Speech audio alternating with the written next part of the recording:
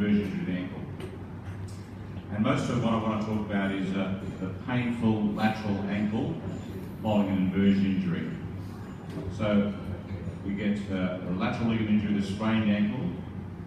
The major complication from the surgical point of view is whether there is a bone injury, a talar bone injury. The concept of once the lateral ligament fails, the peroneal tendons take over the role of the lateral ligaments, and then they fail and they tear. One of the other complications of an inversion injury is pain on the medial side, what's called posteromedial impingement. And then I want to talk a little bit about other fractures that we are not so obvious on the X-ray, the anterior process of calcaneus and the syndesmosis injury. Các nguyên nhân mà gây ra đau dao dẳng kéo dài ngoài của chân sau một cái tổn thương inversion là cái tổn thương vừa nửa lòng bàn chân và vừa xoay trong. Không biết dịch là tiếng Việt sao. Trong cái quá trình dịch sắp tới mình sẽ chuyển nguyên cái từ là tổn thương inversion, thì nó sẽ tổn thương dây chằng bên ngoài, cái tổn thương của cái vòng xương sên, tổn thương dây chằng bên ngoài cộng với tổn thương của xương của gân mát, của các cái gân mát, và cái tổn thương pomi. Tổn thương pomi nó là cái chèn ép ở phía sau trong của mắt cái trong. Một lát nữa tôi sẽ nói sâu về cái đó. Và cái gãy của cái củ trước của xương gót, và đồng thời cuối cùng là tổn thương cái vòng chày mát, tức là cái phức hợp dây chằng chày mát dưới. So, I'm going to go over a little bit of the anatomy of the ankle joint. There's a total of 5 lateral ligaments, all end in the word fibula. So this is a fibula here, the tibia here, calcaneus and talus. So this is the anterior talofibular ligament, the calcaneofibular ligament, and at the back it's the posterior talofibular ligament. And the two interosseous ligaments, these two syndesmosis ligaments, is the anterior and posterior tibiofibular. Cái phức hợp nó gồm có 5 dây chằng, tất cả đều có bám vào cái xương mát, cái mắt cái ngoài hết. Thứ nhất là dây chằng sên phía trước, dây chằng sên phía gọi xương gót trước, xương gót sau, và cái dây chằng mát gót, còn dây chằng chày mát dưới trước và chày mát dưới sau. So the commonest ligament to be torn is the anterior talofibular ligament here. Okay, so I want to talk about eggs now and how to recognise where those ligaments are on the scan. So when you have the egg pointing this way, you are at the level of the talus. So this is the egg, and this is the egg of the talus, and that's the level where you see the anterior talofibular ligament. That's the most important ligament. It should be straight, and it should be black, and it should be thin. When there's been a previous older injury to it, it becomes thickened. So this is the egg here, the anterior talus. It's thickened and irregular, but it remains intact. And when it's completely torn, we can see here here's the egg, and there's no ligament at all, and there's a fracture fragment on the photon density weight image. And on the fat suppressed T2 image, we see soft tissue edema replacing the ligament bonds. Đây là cái cách để mình đọc cái phim MRI, mình dựa vào cái quả trứng đứng. Quả trứng đứng thì cái phần nhọn nó nằm ở cái đỉnh của phần đáy, cái phần bè ra. Thì trên cái lát cắt ngang của cái phim MRI mình sẽ thấy là cái phần bờ trước là nó ở trên, phần bờ sau là ở dưới của cái phần dưới của cái xương sên. Thì cái dây chằng sên mát, cái dây chằng sên mát trước là cái dây chằng quan trọng nhất trong cái phức hợp dây chằng phía ngoài. Thường mổ là mình tái tạo dây chằng này thì bình thường nó sẽ thẳng, mảnh, màu đen. Và nếu mà nó có cái bất thường, thứ nhất là nó giống như cái hình bên trái phía dưới là nó có cái dấu hiệu nó gãy luôn, là nó có tụ dịch, không thấy cái dây chằng luôn, hoặc là nó phù nề, nó dày ra và nó bớt đen lại, nó xám. Rồi bên kia cái hình tay hai xóa mở thì mình không thấy cái phức hợp dây chằng nó đã rất hoàn toàn. So here we are at the normal anatomy again. This is the coronal image, talus, medial malleolus, lateral malleolus, deltoid here, and this is the calcaneofibular ligament. We see much better on the coronal images. It should again be black, and we should be able to plot along the line and on the inferior margin of the two peroneal tendons here. So in the tear, we've got this is the normal posterior talofibular ligament, and we can see it's ill-defined on the photon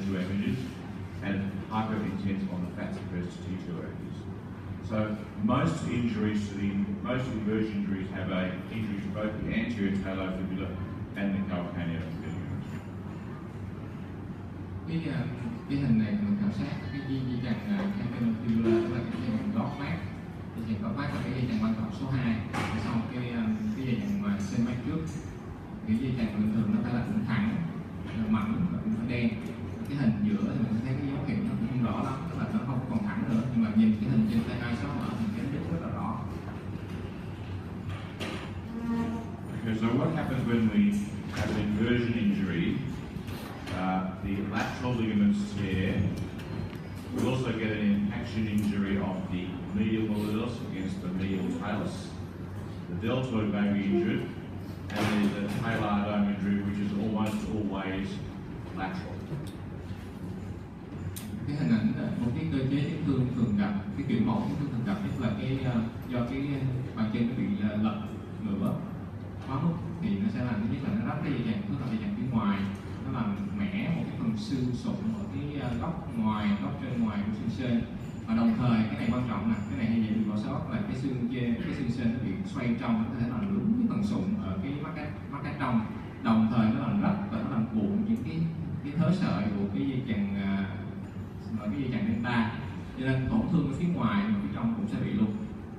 So the consequences of that's the early problems with inversion injury. In the late problems, the lateral ligaments don't heal properly, they don't work properly, and we get a secondary peroneal tendon tear because the peroneal tendons take over the function of the lateral ligament, and we may get this thing called posteromedial impingement, which we'll talk about a little bit later. Rồi cái giai đoạn muộn thì cái dây chằng phía ngoài nó đã bị đứt và nó không còn chức năng nữa đó, và cái gân mát là điển hình cái gân mát dài sẽ thay thế cái vai trò của cái dây chằng phía ngoài, và nó đến lượt nó cũng sẽ bị đắp luôn. Và cái phía trong là cái mình hay bỏ sót đó, do cái tổn thương cái dây chằng delta mà do mình điều trị không đúng cách, mình không có duỗi thẳng nó ra được, và nó có những cái đường phần đắp nó cuộn ép lên và nó thành ra cái pomi là hiện tượng chèn ép phía sau trong của mắt cá trong. Okay, so this is what it looks like on the MRI. These are all the fat suppressed T2A images. On the medial side, this patient had an inversion injury. We can see this impaction injury of the medial malleolus, there's bone marrow edema in the medial malleolus. We also see bone marrow edema in the medial talus, which can be quite extensive, extending to involve the talar neck. And we see ill definition and hyperintensity of the deltoid as part of this inversion injury, where we see that the anterior talofibular ligament is no longer present, and we have an avulsion fracture here. So this is the inversion, and this is the medial side impaction. Đây là một cái hình ảnh MRI điển hình của một cái tổn thương inversion, tổn thương như nãy mình nói ha. Mình nhìn ở đây mình chủ yếu mình khảo sát cái phía trong, cái mắt cá trong và cái phần trong của cái xương sên, mình thấy là cái hiện tượng phù tủy xương ở trên các cái phim T2 xóa mở là nó phù rất là nhiều và nó kéo dài những cái cổ xương sên luôn. Đồng thời là nó cũng phù luôn cả cái phù tủy xương ở cái mắt cá trong. Dây chằng delta mình sẽ thấy là nó không còn cái tín hiệu bình thường nữa, nó phù nề. Và ở cái phim cái tắc cắt ngang thì mình thấy là có cái dấu hiệu gãy xương, mặc dù MRI thường không có đánh giá được gãy xương, mà ở đây mình thấy một cái đốm màu đen ở phía trước, đó là cái avulsion của cái dây chằng, đó là cái gãy rứt của cái dây chằng sen mát trước. Okay, so often the real reason we get sent to do an MRI of the ankle is to look at the talar dome. The traumatic injuries are almost always lateral, whereas on the medial side it's typical osteochondritis dissecans, which is a chronic recurring injury rather than acute traumatic injury. Where we see the compression of the subchondral bone. This is the most minor type of osteochondral injury, where you just see diffuse marrow edema here, but the overlying articular cartilage is intact. So this is a non-surgical lesion. Cái tổn thương xương sụn của cái xương sên cũng rất là quan trọng. Cái tổn thương bên ngoài thì nó nhiều hơn bên trong. Tổn thương bên trong nếu gặp thì thường nó sẽ gặp là cái viêm sụn tách rời của cái xương sên. Cái này nếu mình có thời gian sẽ bàn sau hơn. Và cái thường gặp hơn thì nó là cái gãy lún phù tủy xương ở cái lớp xương dưới sụn. Lớp sụn khớp thì đa phần là nó bình thường và nó chỉ có phù tủy xương thôi. Và nếu phù tủy xương thì không làm gì hết, nó không phải là cái chỉ định của phẫu thuật. Okay, as it becomes more severe, so we see the cortex of the normal bone marrow cortex, and the grey is the articular overlying it. So most of the cortex is intact here, but you'll see there's focal disruption and there's a chondral flap here.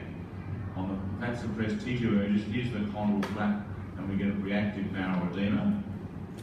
But the underlying articular, the cortical bone is intact, so that's a chondral flap predominantly involving articular cartilage only.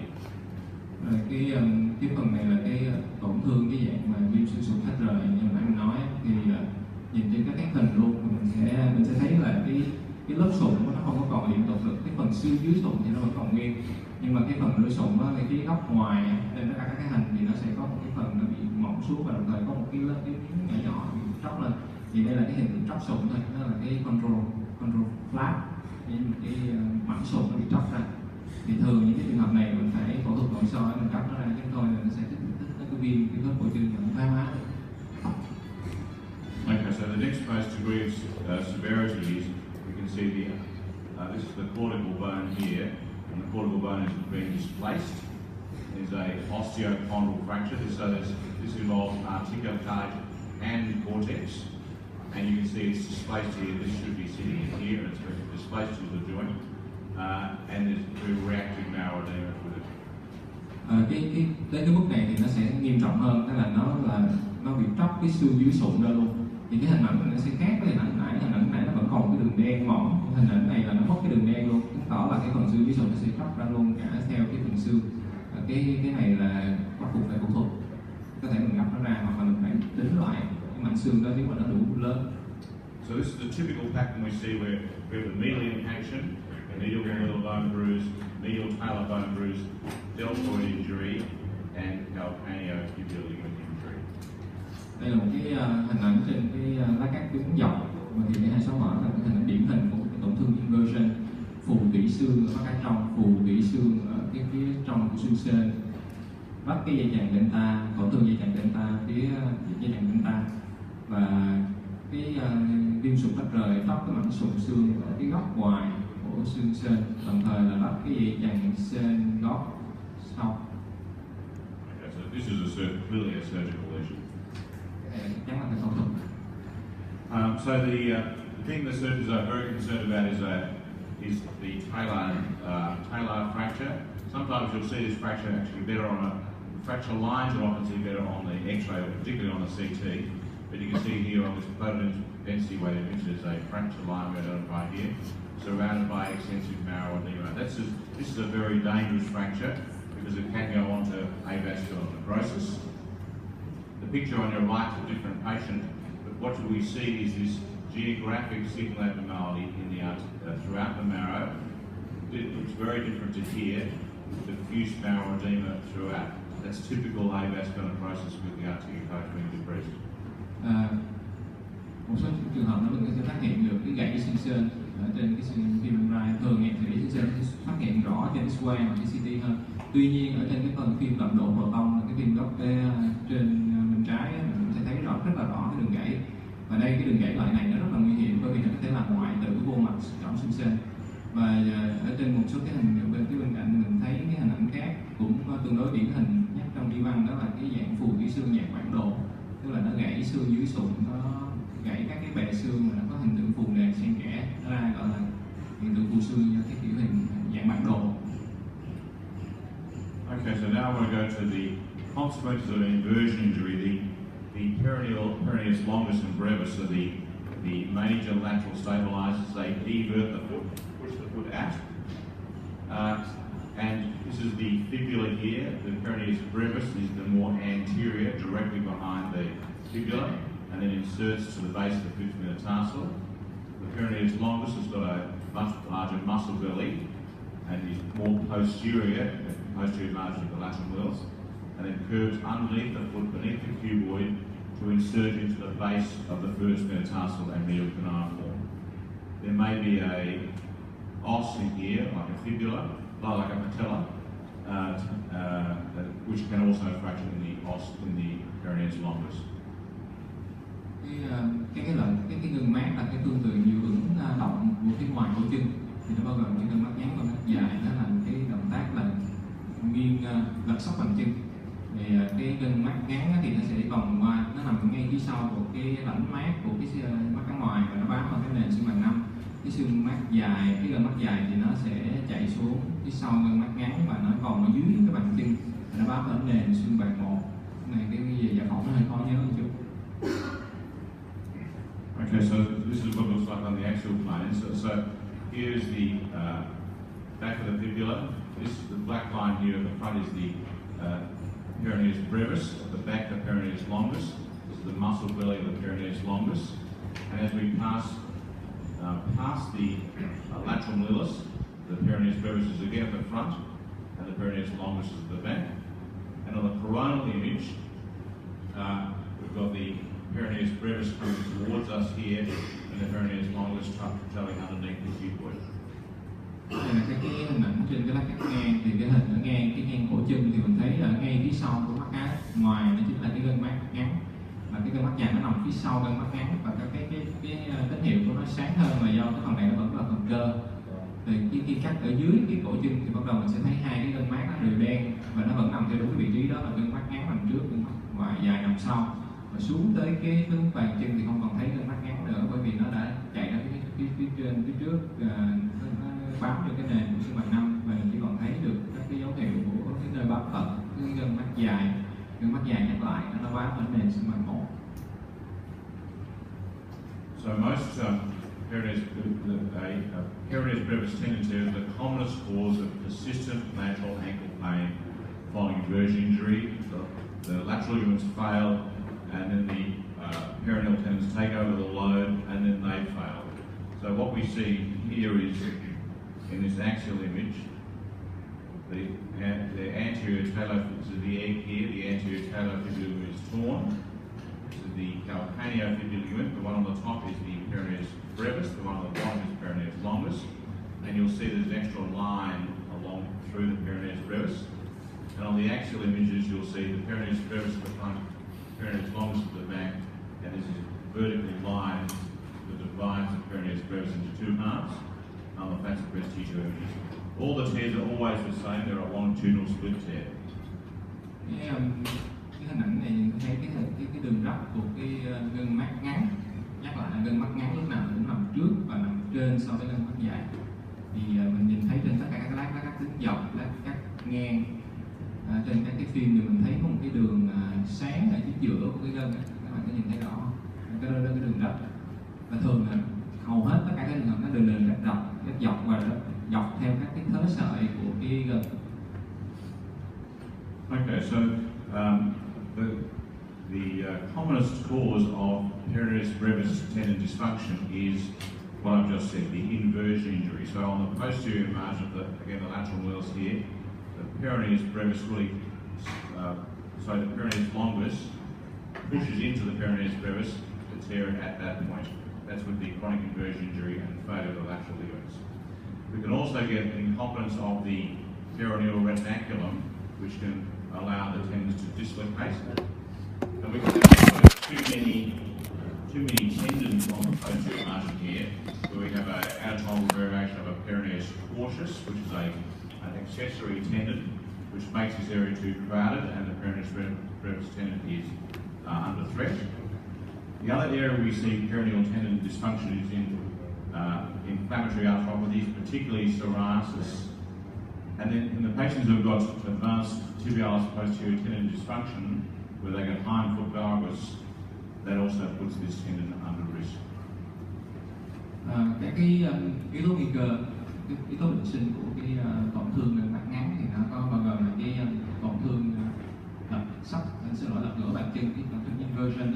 Thì hình ảnh em ra mình thấy là cái gân mắt ngắn nó nằm ở phía trước và phía trên, nó nằm ở phía trên so với gân mắt dài, thì nó không còn cái dấu rút hình tròn nữa mà nó bị bẹt ra. Đây là cái tổn thương mãn tính, cái gân mắt nó bị biến đổi rồi, và cái mạc giữ của gân mắt nó cũng đã bị thay đổi. Cái này có hiện tượng bạc đặt của gân mắt luôn.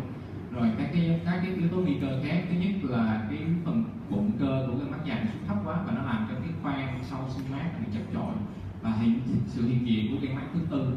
Đó, mình có biết hai gân mát, lâu lâu có gân mát 3, và cái peroneus fortis là cái gân mát thứ tư. Này là cái biến thể giải phẫu nè.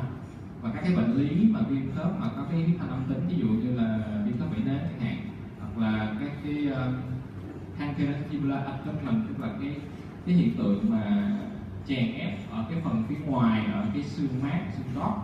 Một lát nữa cái phần mà đến cái bài mà suy yếu gân chày sau mình sẽ nói rõ hơn. Do cái suy yếu gân chày sau thì cái bàn chân nó bị lật ngửa và nó sẽ bị chèn vô cái gân mát ở đó, nó làm cho chèn ép cái gân mát. Và có thể những cái trường hợp khác như là gãy gân gót rồi, hoặc là những cái gãy cái xương tất cả những cái xương nằm dọc cái đường đi của cái gân mát ngắn thì nó sẽ làm cho bị tổn thương gân mát.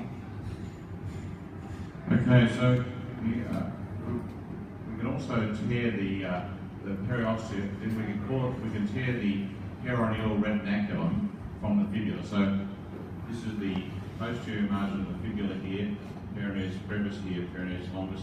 This is the normal peroneal retinaculum. It's a black line continuous with the posterior margin of the fibula. And you can see here it's missing. It's no longer attached. And there's edema on the lateral margin with some periosteal stripping. So that's quite subtle. We no longer see complete continuity onto it. Một cái phần nữa mình phải đọc ở trên cái phim MRI mà cái lát cắt ngang chính là cái mạc giữ lưng mát. Mạc giữ lưng mát thì nó là một cái đường đen rất là mảnh mai, nó nằm bao phía ngoài sát dưới da, bao trùm lên cái lưng mát, nó bám từ cái góc sau trong của góc sau ngoài của cái xương mát, nó bám ra đến phía sau đến xương gót và nó giữ hai cái lưng mát nằm đúng vị trí. Ở trên các cái hình ảnh ở phía bên phải thì phía bên phải phía trên và phía bên phải phía dưới mình đều thấy là cái mặt giữ lưng mát không còn nữa, và cái trật tự của hai gân mát nó không còn nữa. Thứ nhất là cái gân mát ngắn nó không còn nằm ở phía sau gân mát dài nữa, mà cái gân mát dài nó không còn nằm phía sau gân mát ngắn nữa. Thì các bạn nhìn kỹ, gân mát dài trong trường hợp này là một hình tròn, gân mát ngắn chính là cái hình bẹt ra, và cái gân mát dài nó có cái xu hướng là nó đi ra ngoài đó. Cái hiện tượng bán trật của các cái gân mát. So once that tears, that allows the peroneal tendons to dislocate. We can see the peroneal retinaculum is torn here, and the tendons dislocate laterally. And you can see here this is the peroneus longus, peroneus brevis, and there's a tear in the peroneus longus, and they lie on the lateral margin of the fibula here. And there's a tear of the peroneus brevis. Và đây là cái trường hợp nặng hơn, là cái mặt giữ gân mát nó đã rách hoàn toàn rồi, và cả hai gân mát trong đầu nó bị trật ra hết luôn. Thường nhất là cái gân mát ngắn nó sẽ bị trật ra trước. Okay, so what happens if we have a lateral inversion injury? The initial part of the injury is on the lateral side. The lateral ligaments may be torn. We may get a lateral talar dome injury, or we get a medial impaction injury. So if that deltoid fails to completely repair itself or is replaced by scar, we call that post-traumatic impingement. And that occurs usually 3 to 6 months after the initial inversion injury. So the initial pain is laterally, and then it becomes medial. So what we see on the MRI is diffuse, ill-defined increasing intensity throughout the deltoid, both in the superficial and deep components. And on the fat suppressed T2 image, we see ill-defined increasing intensity with linear symptomatic. We may see marrow edema as well. So this is a scarred, abnormal deltoid that needs to be resected at arthroscopy. Cái tình trạng này là cái tình trạng chèn ép phía sau trong, mắt cá trong như này đã nói, tổn thương đất cái gân bên ngoài, nhưng mà bên trong nó cũng sẽ bị tổn thương do nó bị gấp và nó cuộn mép các cái thớ sợi của cái dây dây chằng người ta là nó lành mà nó tạo sẹo. Thì hình ảnh hai cái hình ảnh này đều thấy là cái dây chằng người ta không có lành mạnh, tức là nó không có còn những cái màu đen nữa, thớ sợi không thấy rõ nữa, và có cái phần đen đen cái dấu mũi tên, cái đó chính là cái scar, cái sẹo.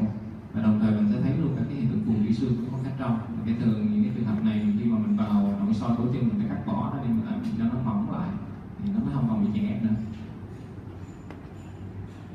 Okay, so there's a couple of other things that you'll see. That is the acutely painful lateral ankle that's not an inversion injury, and that's the anterior approach to the calcaneal fracture. So this is the photometric image, fat suppressed T2 image. You can see the fracture line here, and there's marrow edema on both sides of that fracture line. So this is acute. You will see this on the X-rays. It's quite subtle. Often on the X-rays and easy to miss, and we can see it on both CT and on MRI.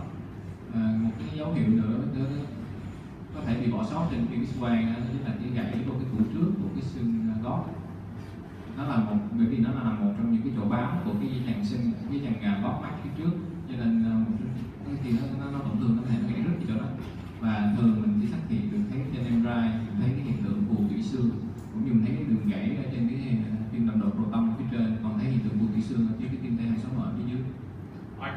check area. So I go through all the ligaments, I go through the talar dome, and then I look at this at the end to make sure that it's intact. Cái vùng này ông gọi là check area, cái vùng mà phải kiểm tra nó cái phần dễ bị bỏ sót. Okay, so now the egg's turned over. Whoops, we'll go this way. Now the egg is turned over. The egg is going this way. When the egg is going this way, we're at the level of the tibia, and that's the level where we see the anterior and posterior tibiofibular ligaments. These are the syndesmosis ligaments, the high ankle sprain. There, and the fatty tissue is here and here. They have to, like all other ligaments, have to be black and a single line without focal discontinuity to be normal. Khi mà mình cắt cái lá cắt ngang lên phía trên ngang cái cổ chân đó, thì cái quả trứng hồi nãy đứng thành dọc thì giờ nó thành là đứng nằm ngang. Thì cái quả trứng nằm ngang thì mình sẽ khảo sát cái phía ngoài của cái quả trứng, tức là cái phía ngoài xương sên đó. Cụ thể là cái dây chằng sên mát, cái dây chằng chày mát dưới trước và chày mát dưới sau, tức là cái phức hợp của cái động chày mát. There's different degrees of severity. This is the more severe type. So this is a look. I always tell the technologist to scan higher in the angle that we normally do. And this is the distal interosseous membrane is disrupted here. It should be a single black line going through here. And the fat suppressed tissue, as you can see, it's disrupted here and it's diffuse edema throughout. Cái này là cái hình ảnh rắc cái màng liên cốt. Màng liên cốt bình thường là cái dây chằng thẳng đen mảnh nối giữa cái bờ trước của cái xương mát và cái góc sau trước, góc trước trong của cái xương chày. Trong trường hợp này rồi nó thấy nó rõ ràng là nó mất liên tục và nó không có còn thẳng, nó không có còn căng nữa, nó bị rách cái dây chằng liên cốt. And then when we get down to the egg line on the side, we see this is normal here, anterior and posterior tibiofibular ligaments. When it's torn, it becomes ill-defined and hyper-intense on the anterior tibiofibular ligament. This is on the fat suppressed tissue edges. And usually what happens on the posterior side, instead of the ligament tearing, it pulls off a bit of bone. So we have an underspaced fracture of the posterior lateral tibial platform. Đây là cái hình ảnh ta thấy tổn thương cái dây chằng chày mát dưới trước và chày mát dưới sau. Phía bên góc trái trên trái là cái dây chằng bình thường. Phía hai cái hình phía dưới là cái hình bình thường. Mình thấy là cái góc cái dây chằng chày mát dưới trước thì nó bị dày lên, nó không có còn cấu trúc rõ ràng cái đường thẳng. Và phía sau thì đa phần nó không có bị rách cái dây chằng mà nó bị gãy rứt cái góc của cái mắt cá sau. Thường chúng ta gọi là mắt cá sau, gãy mắt cá thứ ba và gãy mắt cá sau. Okay, so just to summarise then, in the persistent lateral ankle pain after inversion, we look at the talar dome. It's much more likely to be a lateral injury than a medial injury. This is osteochondrosis again. This is trauma. We work out where it is, how big it is, and whether it involves articulated or bone or both.